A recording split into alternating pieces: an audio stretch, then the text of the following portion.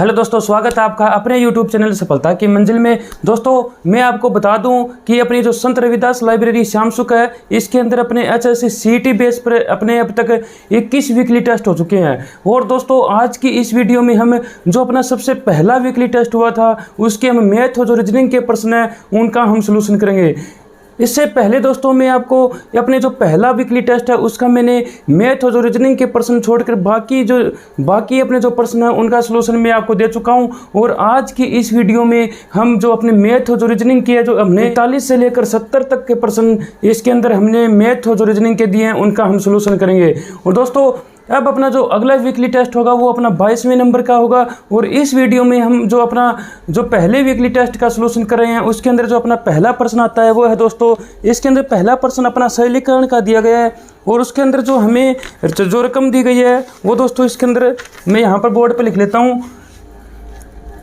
6 plus में 42 भाग में 7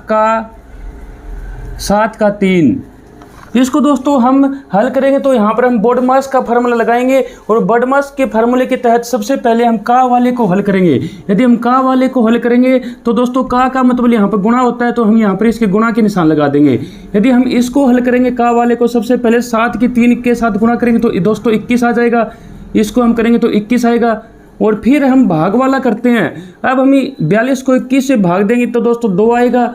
और इसके प्लस में 6 है और 6 में हम 2 जोड़ेंगे तो अपना 8 इसका उत्तर आ जाएगा। इस प्रकार दोस्तों अपना जो 41वां प्रश्न है इसका दोस्तों बी ऑप्शन जिसमें 8 लिखा हुआ है ये अपना सही उत्तर हो जाएगा। अपना जो दोस्तों 42वें नंबर का प्रश्न आता है, मोहन की मासिक आय 3000 रुपये है, वह अपनी आय का 1/5 भाग जेब खर्च में व्यय करता है तथा शेष का 4/5 भाग भोजन पर खर्च करता है। इसके बाद उसके पास कितने रुपए बचते हैं। दोस्तों हमें यहाँ पर कुछ इस सवाल के अंदर एक बात सिर्फ ध्यान में रखनी है कि वह शेष का यानी जो उसके पास शेष बचता है उसका 4/5 भाग भोजन पर खर्च करता है, ना कि कुल का। ये दोस्तों इसके अंदर हमें सिर्फ ध्यान में रखनी है। और ये सवाल हमें ये दोस्तों बहुत ही इजी क्वेश्चन है। इसको दोस्तों देखते हैं हम कैसे करते हैं कि मोहन की मासिक आय इसमें 3000 रुपये दी हुई है।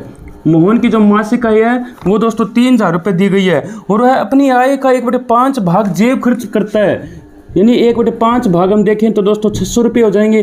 600 रुपये वो जेब खर्च करता है। तो दोस्तों 600 रुपये जेब खर्च वो यदि करता है तो उसके पास बाकी बचते हैं 2400 रुपये।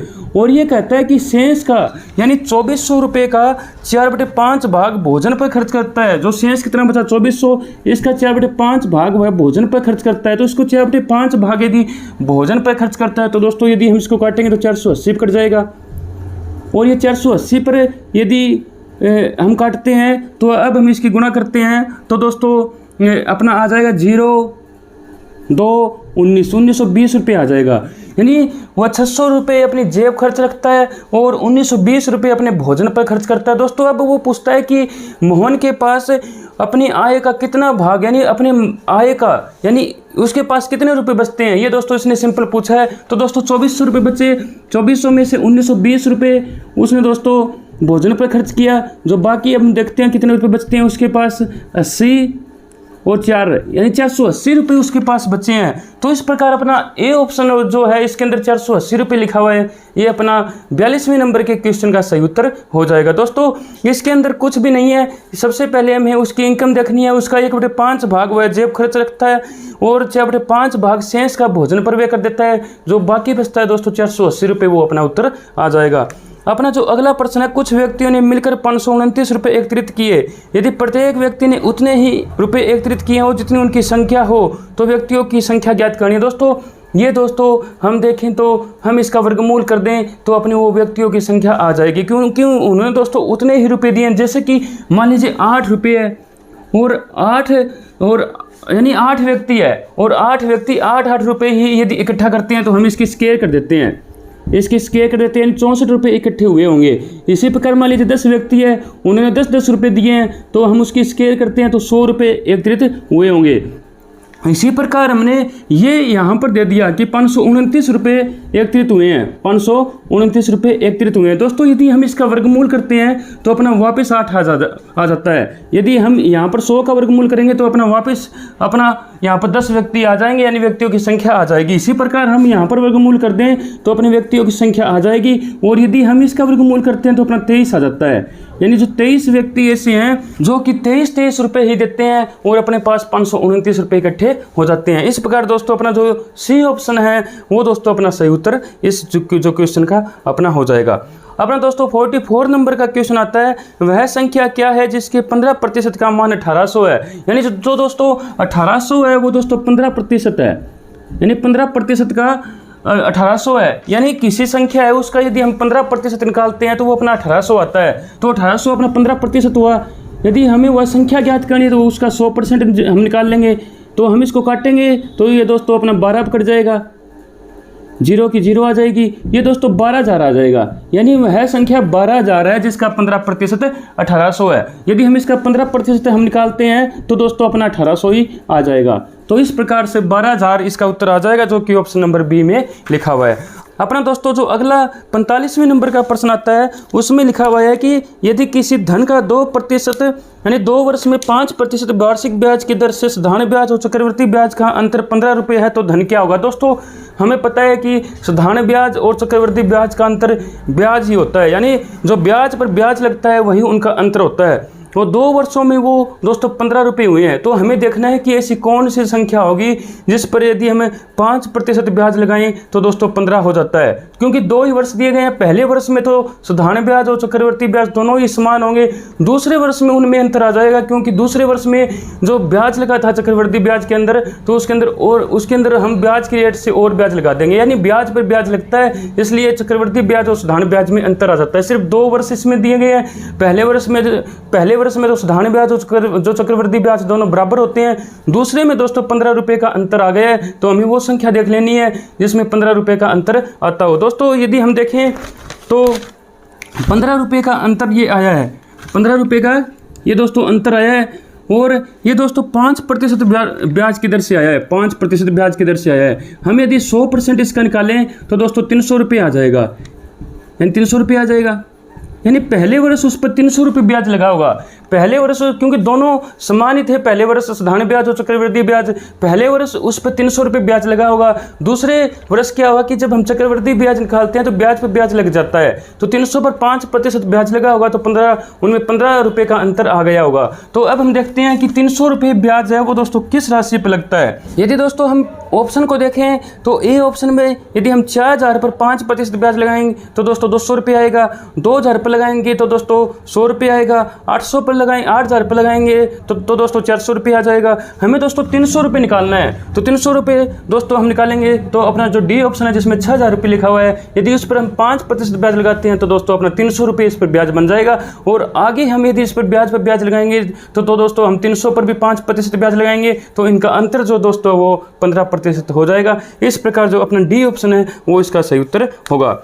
अगला जो दोस्तों 46वें नंबर का प्रश्न है, 4 आदमी या 7 औरतें एक काम को 60 दिन में करते हैं तो 8 आदमी और 7 औरतें इस काम को कितने दिन में करेंगे, ये दोस्तों हमको बताना है। तो इसके अंदर क्या है कि इसके अंदर 4 आदमी है या 4 मेल है और या फिर 7 औरतें हैं, 7 औरतें हैं, वो दोस्तों 60 दिन में काम करते हैं, 60 दिन में उस काम को कंप्लीट कर देते हैं। तो इसमें पूछा है कि 8 आदमी और लगा दिया यहाँ पर, क्योंकि वो दोनों साथ में मिलकर काम करेंगे, और 7 औरतें ये दोस्तों यदि मिलकर काम करते हैं तो इस काम को कितने दिन में कर देंगे, ये दोस्तों हमको बताना है। तो दोस्तों हम कैसे करेंगे कि यहाँ पर तो 8 मेल दे दिए कि 8 आदमी होंगे, और दोस्तों 7 वुमेन जो है ये 7 वुमेन और यहाँ पर 4 मेल, और या फिर हम 7 वुमेन ले तो उस काम को वो 60 दिन में करते हैं, यानी 7 वुमेन जो है ये 4 मेल के बराबर है, ये 7 वुमेन जो है ये 4 मेल के बराबर है। तो दोस्तों यहाँ पर हम देखें तो जो मेल है यानी कि आदमी है वो दोस्तों 12 हो जाएंगे, 12 आदमी हो जाएंगे टोटल, क्योंकि 7 वुमेन जो है वो 4 मेल के बराबर है, तो 4 मेल 8 मेल यहाँ पर है, 4 ये हो जाएंगे तो 12 मेल हो जाएंगे, यानी 12 व्यक्ति हो जाएंगे टोटल। और अब वो पूछता है कि 4 मेल 60 दिन में करता है, 12 मेल कितने दिनों में करेगा। तो दोस्तों हमको पता है कि वो कम दिन ही लगेंगे, क्योंकि 4 मेल जब 60 दिन में करता है तो 12 मेल को करने में तो कम दिन ही लगेंगे उस काम को करने में। तो हम इसको करेंगे क्योंकि पहले वाले में हम यदि समय लगेगा तो कम वाले को हम ऊपर रखेंगे, इनमें से जो कम है वो उसको हम ऊपर रखेंगे। तो 4 इनमें कम है, वो 60 दिन में करते हैं। ये दोस्तों इस प्रकार से भी कर सकते हैं कि हम यदि एक मेल का यानी एक आदमी का काम निकालें तो 60 गुना में 4 कर देंगे। ये दोस्तों एक आदमी का काम आ गया। अब हम यदि 12 को निकालेंगे, 12 आदमियों का काम, तो इसको हम 12 से गुना कर इसको भाग कर देंगे। तो यदि हम इसको काटेंगे तो 20 अपना उत्तर आ जाएगा। तो 20 आदमी होंगे यानी 20 दिन होंगे, यानी वो 20 दिन में वो काम कर देंगे उसको। यानी 4 आदमी 60 दिन में करते हैं, 12 आदमी उस काम को 20 दिन में कर देंगे। तो इस प्रकार से अपना उत्तर हो जाएगा, जिसमें कि ऑप्शन नंबर सी में लिखा हुआ है 20 दिन। तो दोस्तों हम इस प्रकार से भी इसको कर सकते हैं। यहाँ पर इसको 3 से गुना किया है तो हम इसको 3 से भाग कर देंगे, क्योंकि इसमें कम समय लगेगा। यदि आदमियों की संख्या बढ़ती है तो हम इसको 3 से भाग कर देंगे तो भी अपना 20 उत्तर आ जाएगा। तो दोस्तों हम इसको किसी भी प्रकार से कर सकते हैं। तो इस प्रकार अपना उत्तर दोस्तों इसके अंदर 20 ही दिन आएगा।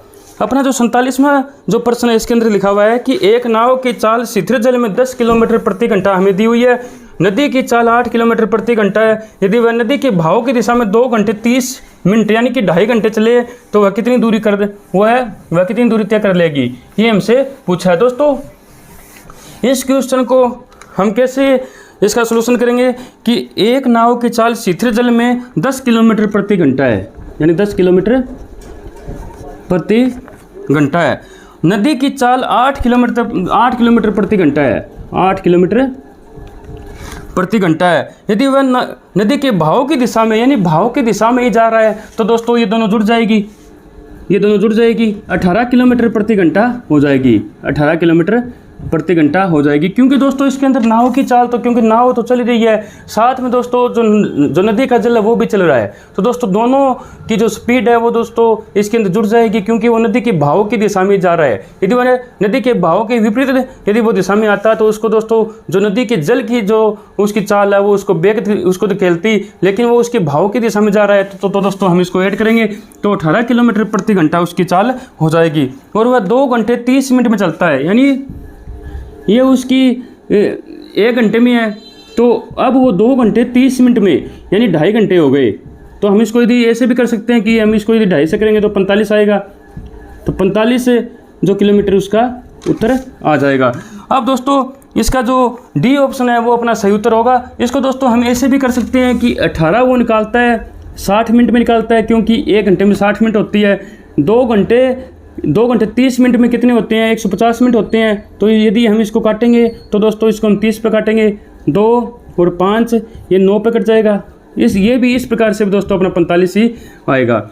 यदि हम और भी दोस्तों हमें पता है कि यदि हम 2 घंटे में देखें तो इसकी दोस्तों कितनी आएगी, 36 आ जाएगी। आधे घंटे में हम देखें तो इसका आधा करेगा तो वो दोस्तों 9 ये हो जाएगी, तो भी दोस्तों हमारी 45 ही आएगी। तो इस प्रकार से भी हम इसको कैसे भी कर सकते हैं।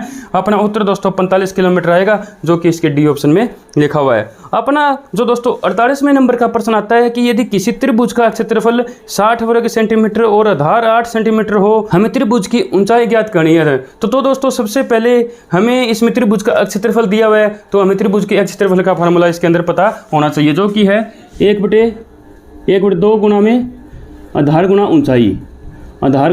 ऊंचाई। तो इसके अंदर हमें 1/2 यहाँ पर रखेंगे। आधार इसके अंदर कितना दिया हुआ है, हमें 8 सेंटीमीटर दिया हुआ है। हमें ऊंचाई ज्ञात करनी है, तो ऊंचाई को हम ऊंचाई ही मान लेंगे। तो इसको हम काटेंगे तो यहाँ पर 4 आ जाएगा। और हमें यहाँ पर क्षेत्रफल कितना दिया हुआ है, इसका 60 सेंटीमीटर दिया हुआ है, तो हम इसको बराबर में रख लेंगे, क्योंकि क्षेत्रफल के सामने क्षेत्रफल हम रख लेंगे। तो दोस्तों इस साइड में अपना 4 आ जाएगा, गुना में ऊंचाई बच जाएगा। इस साइड में 60 है, ये 4 इस साइड में गुणा में है, उस साइड में जाके भाग में होगा, तो हम भाग में कर देंगे तो ये 15 पकड़ जाएगा। अपनी ऊंचाई आ जाएगी 15 सेंटीमीटर है वो इसकी ऊंचाई आ जाएगी। तो इसका ऑप्शन नंबर जो ए है वो इसका सही जवाब हो जाएगा, जिसमें 15 सेंटीमीटर लिखा हुआ है। अपना जो दोस्तों 49वें नंबर का प्रश्न आता है, यदि किसी ठोस घन की प्रत्येक भुजा में 10% वृद्धि कर दी जाए तो उसका आयतन कितने प्रतिशत बढ़ेगा। तो दोस्तों सबसे पहले हमें जो ठोस घन है उसका आयतन का फॉर्मूला पता होना चाहिए, जो कि होता है a की 3, यानी भुजा की 3, भुजा की घन ए का घन होता है। तो इस प्रकार से हम इसको करेंगे। मान लेते हैं इसके अंदर कि जो इसकी भुजा में 10% वृद्धि करनी है। मान लीजिए पहले इसकी 10 सेंटीमीटर थी, तो हम इसको 10 की 3 बार गुणा करेंगे, तो पहले 1000 थी, 1000 इसका आयतन था, सेंटीमीटर घन इसका आयतन था। अब यदि हम इसमें 10% की वृद्धि करते हैं तो यदि हम 10% बढ़ाएंगे तो 1 बढ़ जाएगा, तो यानी 11 हो जाएगा, 11 गुणा 11। तो हम इसको करेंगे तो दोस्तों ये आएगा अपना 1331 सेंटीमीटर घन। तो दोस्तों अब देखते हैं कि हमारा कितना बढ़ा है। हमारा 331 सेंटीमीटर घन बढ़ चुका है, यानी 1000 पर हमारा 331 बढ़ा है। तो 331 बढ़ा है, 1000 पर बढ़ा है। हम इसकी परसेंटेज निकालेंगे, 100 से गुणा करेंगे, 0 से 0 तो अपना 33.1% आ जाएगा, जो अपना ऑप्शन नंबर डी में लिखा हुआ है। तो इस प्रकार से दोस्तों हम कर देंगे। दोस्तों मैंने यहाँ पर 10 माना, आप इसको 100 भी मान सकते हो, 1000 भी मान सकते हो, वो आपकी मर्जी है। लेकिन हम जितना छोटा मानेंगे उतनी ही हमारी कैलकुलेशन कम हो जाएगी, इसलिए मैंने यहाँ पर 10 माना है। यानी पहले उसका 1000 था, बाद में इसको बढ़ाने के बाद में 1331 हुआ, तो दोस्तों 331 बढ़ गया। यदि हम पहले इसकी तुलना में देखेंगे तो दोस्तों 33.1% उसका जो आयतन है वो दोस्तों बढ़ चुका है। तो डी ऑप्शन जो है वो इसका सही उत्तर हो जाएगा। आगे जो अपने दिया गया प्रश्न 50वें नंबर का, एक्स वाई और जेड ने 3:5:3:2 के अनुपात में आम खरीदे हैं। यदि y और z के कुल आमों की संख्या 60 हो तो x के आमों की संख्या हमें निकालनी है। तो दोस्तों ये अनुपात से संबंधित प्रश्न है जिसका हमें सॉल्यूशन करना है। इसके अंदर 3 व्यक्ति है, x, y और z, जिन्होंने आम खरीदे हैं और हमें x के मान की x के जो आम खरीदे हैं उनकी संख्या हमें निकालनी है। तो दोस्तों हम देखते हैं कि x, y और z इन्होंने आम खरीदे हैं 5:3:2 में इन्होंने आम खरीदे हैं, और y और z ये जो 2 व्यक्ति है इनके जो आमों की संख्या 60 है, तो हमें x के मानों की संख्या निकालनी है। दोस्तों हम इसको देख के ही हम इसको हल कर सकते हैं, सोल्यूशन कर सकते हैं। देखो यहाँ पर 3 और 2 5, 5 की वैल्यू कितनी है यहाँ पर 60, तो इस 5 की वैल्यू भी कितनी हो जाएगी 60, तो x के मान जो आमों की संख्या 60 अपनी आ जाएगी। यदि हम इसको कुछ और इसको करना चाहें तो हम देखेंगे दोस्तों कि यहाँ पर हम सबसे पहले कुल आमों की संख्या देखेंगे कि हम इसको जोड़ेंगे तो यहाँ पर 10 आया और 5 कितना है 60। तो दोस्तों हम इसको इस प्रकार से कर लेंगे, कुल आमों की संख्या निकालेंगे तो यहाँ पर 5 आ जाएगा, यहाँ पर 10 आ जाएगा, तो कुल आमों की संख्या अपनी यहाँ पर कटेगा 12 पर। तो दोस्तों यहाँ पर 120 आम आ जाएंगे, 120 आम आ जाएंगे। अब हम x के निकालेंगे तो 5/10 इसका कर देंगे, तो 10 से 10 तो भी हमारा 60 ही उत्तर आ जाएगा। इस प्रकार हम अनुपात के हिसाब से भी कर सकते हैं और हम इसको देख के भी इसका हल कर सकते हैं, क्योंकि 3 और 2 5 होते हैं, 5 की वैल्यू 60 है तो यहाँ पर भी 5 की वैल्यू 60 ही अपनी होगी। यदि हम इनको जोड़ते हैं 5 3 2 तो ये दोस्तों 10 बनता है अपना दोस्तों 10 बनता है, और ये 10 बनता है, तो यानी इसमें 10 में से जो 5 की वैल्यू है, तो 5 की वैल्यू 60 है तो हम इसके नीचे रखेंगे, यानी 5 की वैल्यू 60 है तो हम यहाँ पर 10 की वैल्यू हम ज्ञात करेंगे तो 120 आ जाएगी। अब हम x के आमों की संख्या निकाल लेंगे जो 5/10, क्योंकि 10 की वैल्यू 120 है, हम 5 की निकालनी है तो ऊपर रखेंगे तो 60 इसका उत्तर आ जाएगा। इस प्रकार से भी हम इसको कर सकते हैं। तो अपना ऑप्शन नंबर ए जो है जिसमें 60 लिखा हुआ है वो अपना सही उत्तर हो जाएगा। 51वें नंबर का प्रश्न आता है कि राम श्याम से 5 वर्ष बड़ा है और श्याम मोहन से 3 वर्ष छोटा है। यदि राम की आयु 30 वर्ष है तो मोहन की आयु हमें निकालनी है, हमें ज्ञात करनी है। तो राम श्याम से 5 वर्ष बड़ा है, जो दोस्तों बड़ा है उसको हम ऊपर रखेंगे। राम श्याम से 5 वर्ष बड़ा है, ये 5 वर्ष बड़ा है, और श्याम मोहन से 3 वर्ष छोटा है। जो श्याम है ये मोहन से 3 वर्ष छोटा है, मोहन फिर यहाँ पर आ जाएगा क्योंकि श्याम सबसे छोटा है, यहाँ पर मोहन यहाँ पर आ जाएगा।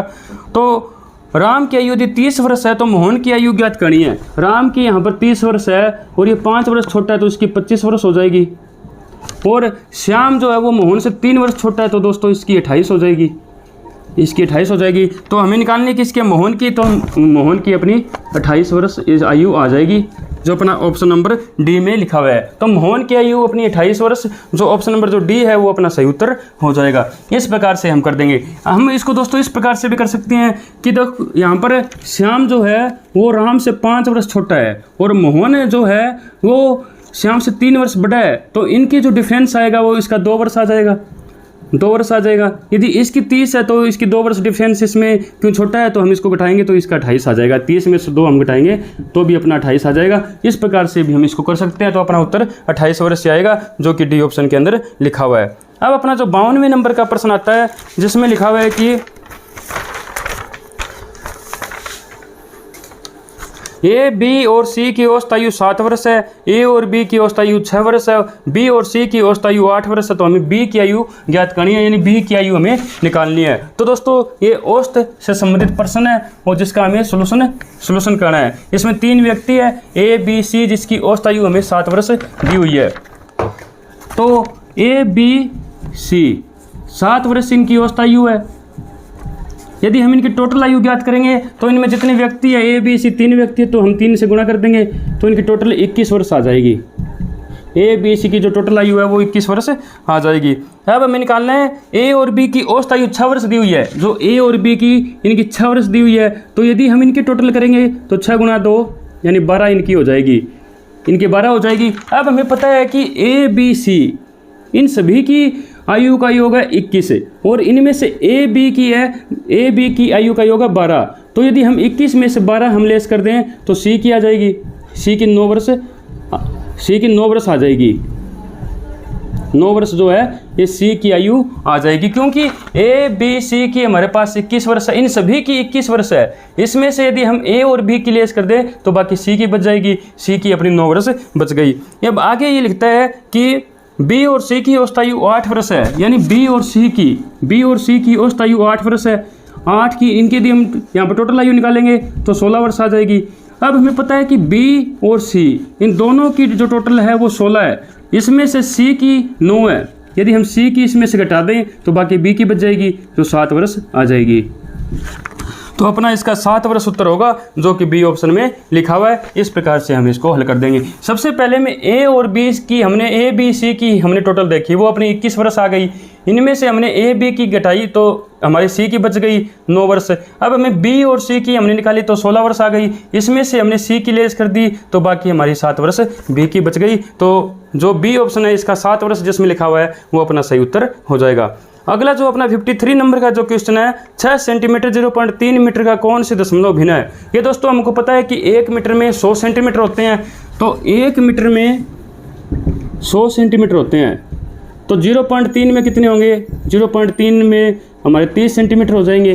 तो अब हमें दिया गया है कि जो 6 सेंटीमीटर है वो दोस्तों 30 सेंटीमीटर की कौन सी भिन्न होगी, क्योंकि 0.3 मीटर में 30 सेंटीमीटर होते हैं। तो यदि हम इसकी भिन्न ज्ञात करेंगे तो 6/30 हो जाएगी। हम इसको काटेंगे तो ये दोस्तों 5 पकड़ जाएगा, तो 0.2 आ जाएगा, क्योंकि 1/5 आएगा। 1/5 को हम यदि करेंगे तो 0.2 इसका उत्तर आ जाएगा। तो अपना ऑप्शन नंबर जो ए है जिसमें 0.2 लिखा हुआ है वो अपना सही उत्तर इसके अंदर हो जाएगा। वह छोटी से छोटी संख्या ज्ञात करो जिसमें 8, 9 और 12 और 15 से विभाजित करने पर एक शेष बचे। इसके अंदर दोस्तों हमें 4 संख्याएं दी हुई है। ए ऑप्शन के अंदर 359, 181, 189 और 361 दी गई है। यदि हम इन सभी संख्याओं को 8, 9, 12 और 15 से भाग दें तो हमारा एक शेष बचना चाहिए। तो ऐसे दोस्तों हम यदि इनको भाग देकर देखेंगे तो डी ऑप्शन जिसमें 361 लिखा हुआ है वो ऐसी संख्या होगी जिसको हम यदि 8, 9, 12 और 15 से भाग दें तो हमारा एक शेष बचेगा।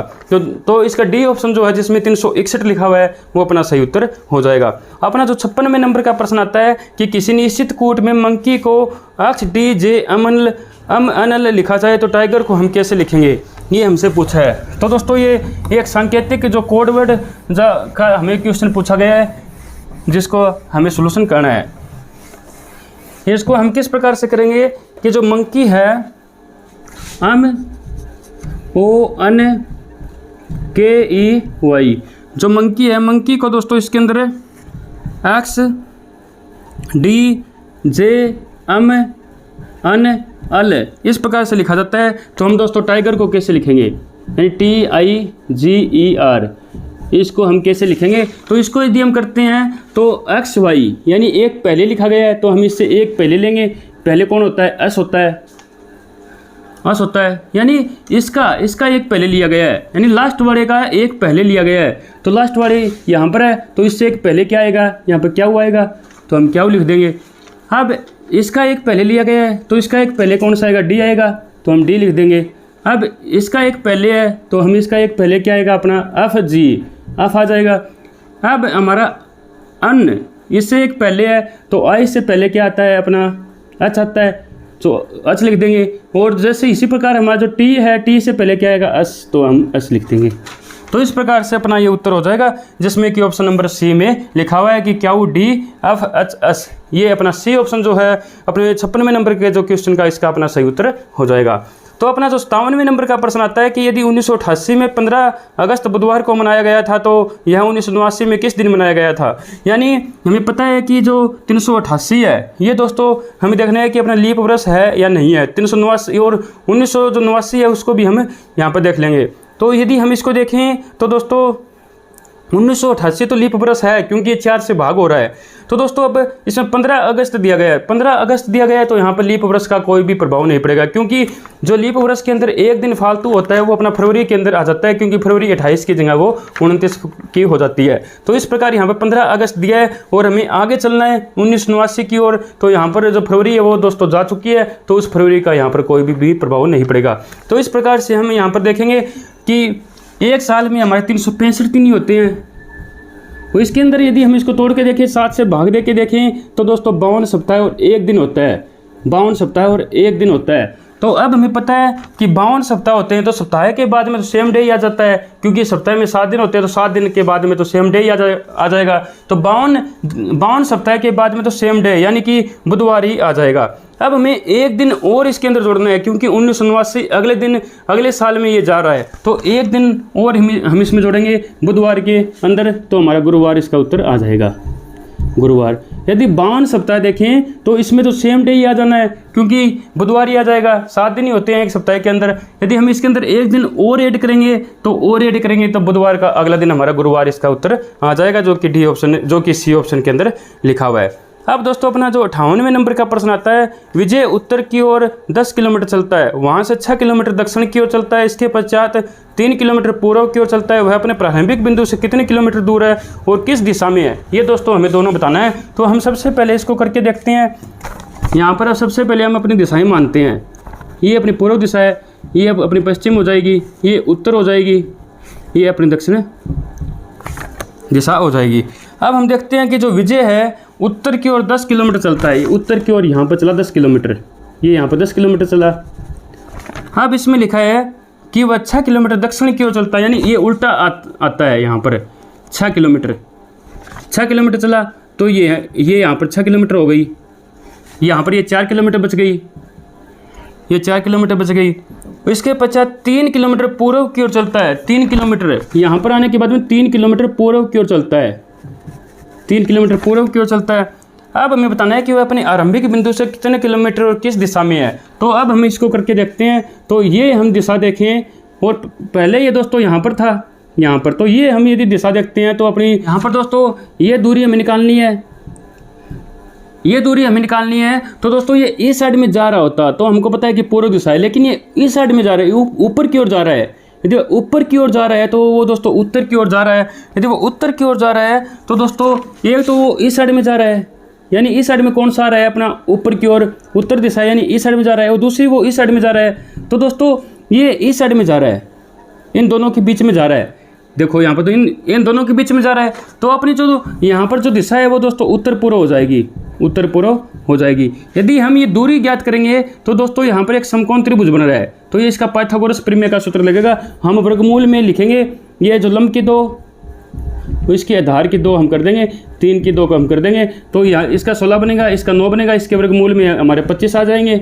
तो 25 की जो वर्गमूल है इसको हम करेंगे तो 5 अपना उत्तर आ जाएगा। तो 5 उत्तर पूर्व अपना इसका उत्तर होगा, 5 उत्तर पूर्व अपना उत्तर होगा, जो कि ऑप्शन नंबर बी में लिखा हुआ है, 5 किलोमीटर उत्तर पूर्व। तो अपना 58वें नंबर के जो क्वेश्चन है इसका बी ऑप्शन, जिसमें कि 5 किलोमीटर उत्तर पूर्व लिखा हुआ है, वो अपना सही उत्तर हो जाएगा। अपना 59वें नंबर का प्रश्न आता है कि लड़कियों की एक पंक्ति में शिल्पा का स्थान बाएं से 8वां और रीना का स्थान दाएं से 17वां है। यदि वे अपना स्थान अदल बदल ले तो शिल्पा बाएं से 14वें स्थान पर हो जाती है। तो पंक्ति में हमें बताना है कि कुल कितनी गर्ल्स है, ये हमें बताना है। तो इसके अंदर हम देखेंगे, तो एक पंक्ति हम इसके अंदर बनाते हैं, एक पंक्ति हमने यहाँ पर बनाई, और यहाँ पर शिल्पा का स्थान बाएं से 8वां है, तो शिल्पा यहाँ पर बैठी हुई है, 8वां स्थान है इसका, यहाँ पर शिल्पा बैठी हुई है, यानी इस साइड में उसके 7 बंदे हैं, यहाँ पर उसका 8वां स्थान हो जाएगा। यहाँ पर उस साइड में इसके 7 व्यक्ति और बैठे हुए हैं। अब रीना का स्थान दाएं से, रीना का स्थान इस साइड से दाएं से, यहाँ पर रीना बैठी हुई है, रीना बैठी हुई है, ये इसका स्थान 17वां है, 17वां है। तो इस साइड इसके 16 व्यक्ति बैठे हुए हैं। तो अब ये कहता है कि वो अपने स्थान बदल लें तो शिल्पा बाएं से 14वें स्थान पर, यानी यदि ये स्थान बदलते हैं, यहाँ पर शिल्पा आ जाती है और यहाँ पर रीना आ जाती है, तो जो शिल्पा है वो इस साइड से 14वें नंबर पर आ जाती है, 14वें नंबर पर आ जाती है। ये दोस्तों 14वें नंबर पर आ गई तो ये 14 तो यहीं पर, यानी 14 तो यहीं पर आ गए और 16 इस साइड में बैठे हुए हैं, तो 14 यहाँ पर आ गए, 16 इस साइड में बैठे हुए हैं, तो टोटल हमारे 30 हो जाएंगे, हमारे जो 30 हो जाएंगे। यानी इसमें जो पंक्ति में जो गर्ल्स की संख्या है वो दोस्तों हमारी 30 आ जाएगी, क्योंकि इस साइड में ये दोस्तों 14वें स्थान पर आई, ये तो 14 यहाँ पर हो गए, 16 इस साइड में हमको पता है कि बैठे हुए हैं, तो इसकी संख्या 30 आ जाएगी। यदि हम वैसे करके देखें और इसके तरीके से, तो यहाँ पर दोस्तों ये 14वें नंबर पर आती है, तो इसका मतलब है कि इस साइड में उसके कितने व्यक्ति बैठे हुए हैं, इस साइड में उसके 13 व्यक्ति बैठे हुए हैं। एक वो खुद हो गई, 16 उस साइड में हो गए। यदि हम इसको भी जोड़ेंगे तो भी दोस्तों अपना उत्तर 30 ही आता है। तो इस प्रकार से भी हम इसको कर सकते हैं, लेकिन अपना जो उत्तर है वो दोस्तों 30 ही आएगा। तो इस प्रकार डी ऑप्शन जिसमें कि 30 लिखा हुआ है वो अपना सही उत्तर हो जाएगा अपने 59वें नंबर के प्रश्न का। अब अपना जो 60वें नंबर का प्रश्न आता है, जिसमें लिखा है कि श्रृंखला का हमें अगला पद ज्ञात करना है, और इसके अंदर हमें श्रृंखला दी गई है, वो मैं यहाँ पर लिख लेता हूँ। पहले हम इसको साफ करते हैं। 127, 128, 136, 163, 227 ये हमें श्रृंखला दी गई है, और हमें इस श्रृंखला का जो अगला पद है वो हमें निकालना है। तो हम यदि इसको करके देखें तो 127, 128, 136, 163 और 227 ये हमें दी गई है। अब हमें इसका ये अगला पद है ये हमें ज्ञात करना है। यदि हम इनका डिफरेंस देखें तो 1 आएगा, इनका देखें तो 8 आएगा, इनका देखें तो हमारा कितना आएगा 27 आएगा, इनका देखें तो हमारा 64 आ जाएगा। तो दोस्तों यहाँ पर 1 की क्यूब आ रही है, यहाँ पर 2 की क्यूब आ रही है, यहाँ पर 3 की क्यूब आ रही है इनका डिफरेंस। अब यहाँ पर 4 की क्यूब आ रही है, तो आगे हमारे 5 की क्यूब आ जाएगी, 5 की क्यूब यानी 125 का डिफरेंस होगा। यदि हम इसको 125 इसमें जोड़ें तो अपना 2, 5 और 352 अगली संख्या अपनी आ जाएगी। यानी 1 की क्यूब, 2 की क्यूब, 3 की क्यूब, 4 की क्यूब, 5 की क्यूब, इस प्रकार से इनका डिफरेंस आ रहा है। तो यदि हम अगली संख्या देखें तो 5 की क्यूब आएगी, तो 125 का डिफरेंस आएगा। तो यदि हम इसको में 125 ऐड करते हैं तो अपना 352 इसका उत्तर आ जाएगा, जो कि अपना ऑप्शन नंबर ए में लिखा हुआ है। अपना दोस्तों जो अगला 62वें नंबर का प्रश्न आता है, जिसमें 2 रेलगाड़ी जो दी गई है, जिसकी एक की लंबाई 132 मीटर है और दूसरी की 108 मीटर है। ये हमें 2 रेलगाड़ी दी गई है और वो एक दूसरे की विपरीत जो दिशा में आ रही है, जिनमें से एक की चाल हमें 32 किलोमीटर प्रति घंटा, दूसरे की चाल हमें 40 किलोमीटर प्रति घंटा दी गई है। तो कितने समय में वो एक दूसरे को पार कर जाएगी। दोस्तों ऐसे क्वेश्चंस में जब एक रेलगाड़ी यहाँ से आ रही है, ए से जा रही है, और एक रेलगाड़ी यहाँ से आ रही है, मान लीजिए ए से आ रही है, तो उनको एक दूसरे को पार करना है। तो ये रेलगाड़ी इस रेलगाड़ी को कब इसको पार करेगी, जब ये यहाँ से लेकर यहाँ तक इसको पार कर देगी, इसको पूरी पार कर देगी। और ये रेलगाड़ी इसको को दोस्तों कब पार करेगी, जब ये रेलगाड़ी इसको यहाँ से लेकर यहाँ तक, इंजन से लेकर लास्ट वाले डिब्बे तक इसको पार कर देगी, तब ये दोनों दोस्तों आपस में इनको पार कर पाएगी। यानी इसकी जो हमें दी गई है 132 मीटर दी गई है लंबाई, इसकी हमें 108 मीटर दी गई है, ये दी गई है। तो दोस्तों इसको पार करने के लिए 132 मीटर चलना होगा, इसको पार करने के लिए 108 मीटर चलना होगा। वो दोस्तों दोनों ही चल रही है, तो दोनों ही एक दूसरे को 132 मीटर और 108 मीटर इसको क्रॉस करना होगा। यानी इनको टोटल जो है वो दोस्तों 240 मीटर इनको चलना होगा, 240 मीटर इनको चलना होगा। जब ये एक दूसरे को क्रॉस यदि कर रही है, वो इस साइड में जा रही है, वो इस साइड में जा रही है, तो दोस्तों ये इनकी स्पीड से, इनकी जो स्पीड है वो दोस्तों दोनों ऐड हो जाएगी, वो इनकी जो इनकी जो चाल है वो दोस्तों ऐड हो जाएगी, क्योंकि ये दोस्तों बहुत तेज़ गति से इसको क्रॉस करेगी। इसकी चाल भी इसके अंदर ऐड होगी, इसकी चाल भी इसके अंदर ऐड होगी। तो यदि हम इसको करें तो इसकी 32 किलोमीटर प्रति घंटा है, इसकी 40 किलोमीटर प्रति घंटा है, यानी वो 72 किलोमीटर प्रति घंटा उनकी चाल हो जाएगी। क्योंकि जब एक दूसरे को क्रॉस कर रही है तो वो एक दोनों की जो चाल है वो इस प्रकार से चलेगी, वो भी चल रही है, ये भी चल रही है, तो दोस्तों इस प्रकार से उसकी चाल जुड़कर 32 किलोमीटर हो जाएगी।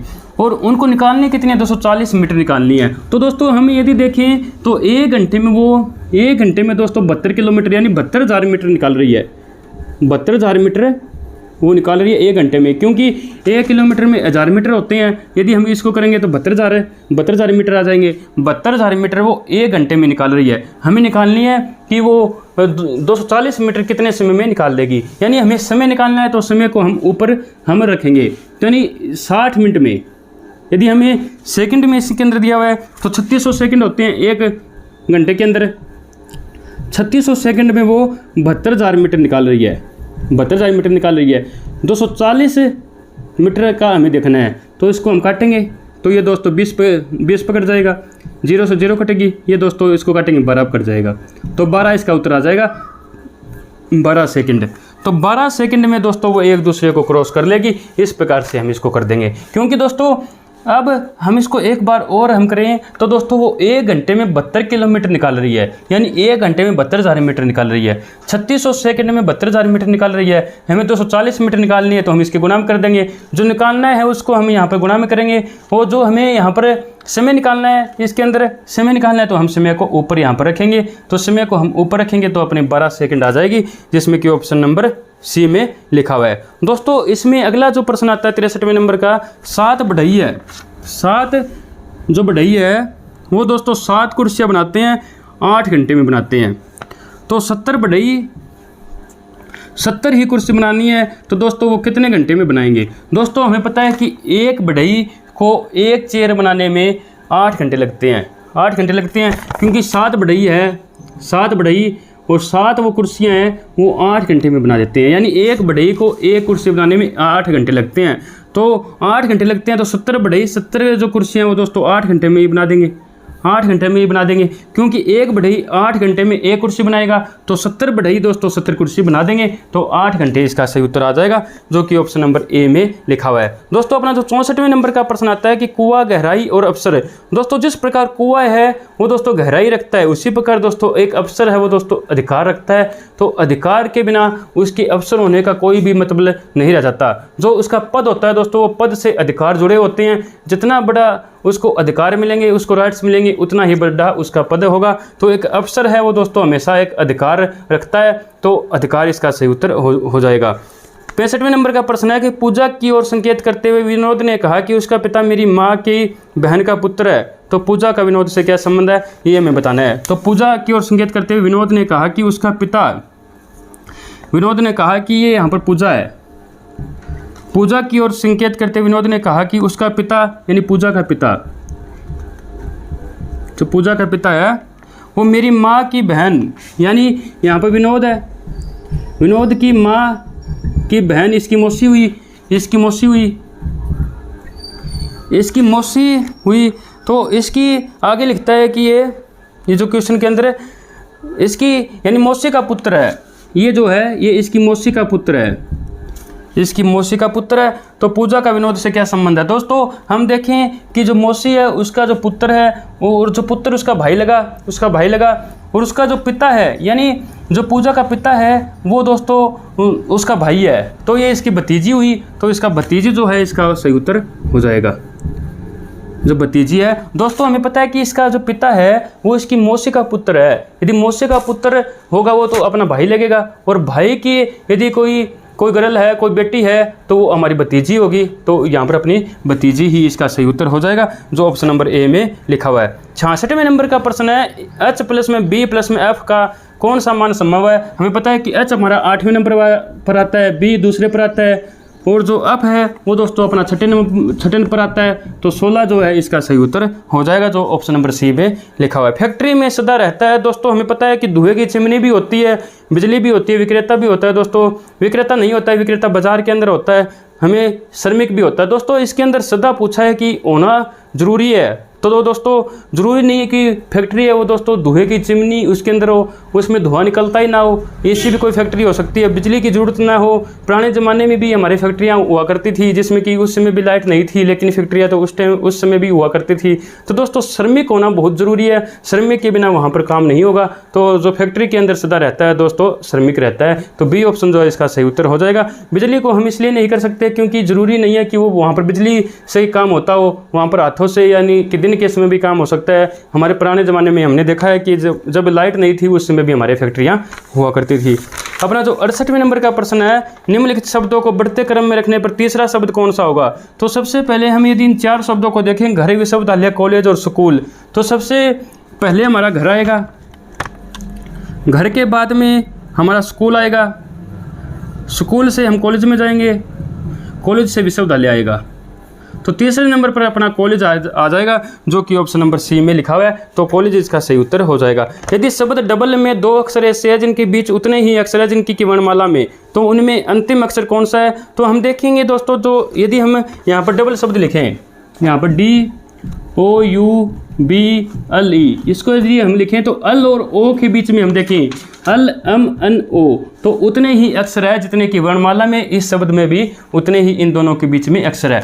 तो हम देखें तो इनमें बड़ा अक्षर बताना है, अल बड़ा है या ओ बड़ा है, तो ओ बड़ा है, तो ओ इसका सही उत्तर हो जाएगा, जो अपना ऑप्शन नंबर ए में लिखा हुआ है। अपना जो दोस्तों इसके अंदर जो अपना लास्ट जो क्वेश्चन है, क्योंकि 41 से लेकर 70 तक यानी जो 30% हमने इसके अंदर डाले हैं HSC CET की पैटर्न के हिसाब से, क्योंकि 15% इसके अंदर हमने रीजनिंग के दिए हैं, 15% हमने इसके अंदर मैथ के दिए हैं। तो इस प्रकार से अपना जो इसके अंदर 30वां यानी कि जो 70वां प्रश्न है इस क्वेश्चन पेपर के अंदर वो अपना आता है, जिसमें लिखा है कि 9 स्टार हमें 3 दिया गया है, वो हमें 36 दिया हुआ है। अब हमें 10 यहाँ पर स्टार देके 6 लिख के हमें 64 दिया हुआ है।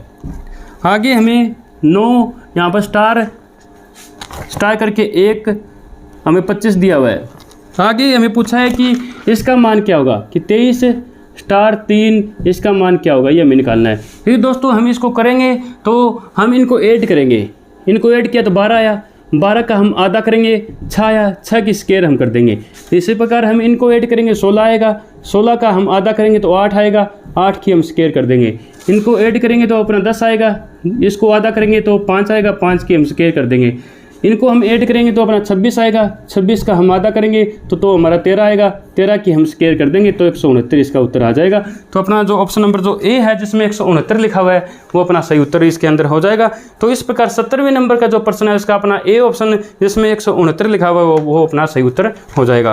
तो इस प्रकार से अपना जो अपना पहला वीकली टेस्ट है उसका दोस्तों हमने कंप्लीट सोल्यूशन कर दिया है।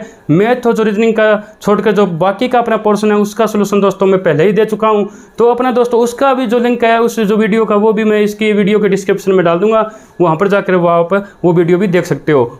तो इस प्रकार से हमारा जो पहला वीकली टेस्ट है उसका सोल्यूशन मैंने आपको दे दिया है। अब अपना जो 21वां अपना जो वीकली टेस्ट हो चुका है, अब अपना जो अगला होगा वो दोस्तों 22वां वीकली टेस्ट होगा, उसका भी सोल्यूशन हम इस चैनल के माध्यम से करेंगे। अब दोस्तों हम अगली वीडियो में मिलते हैं जिसमें हम या तो किसी HSC CET बेस पर किसी इंपॉर्टेंट जो टॉपिक पर हम कोई वीडियो लेकर आएंगे, या फिर अपना जो 22वां वीकली टेस्ट होगा अपनी संत रविदास लाइब्रेरी के अंदर उसके सोल्यूशन के साथ दोस्तों हम मिलेंगे। Thank you.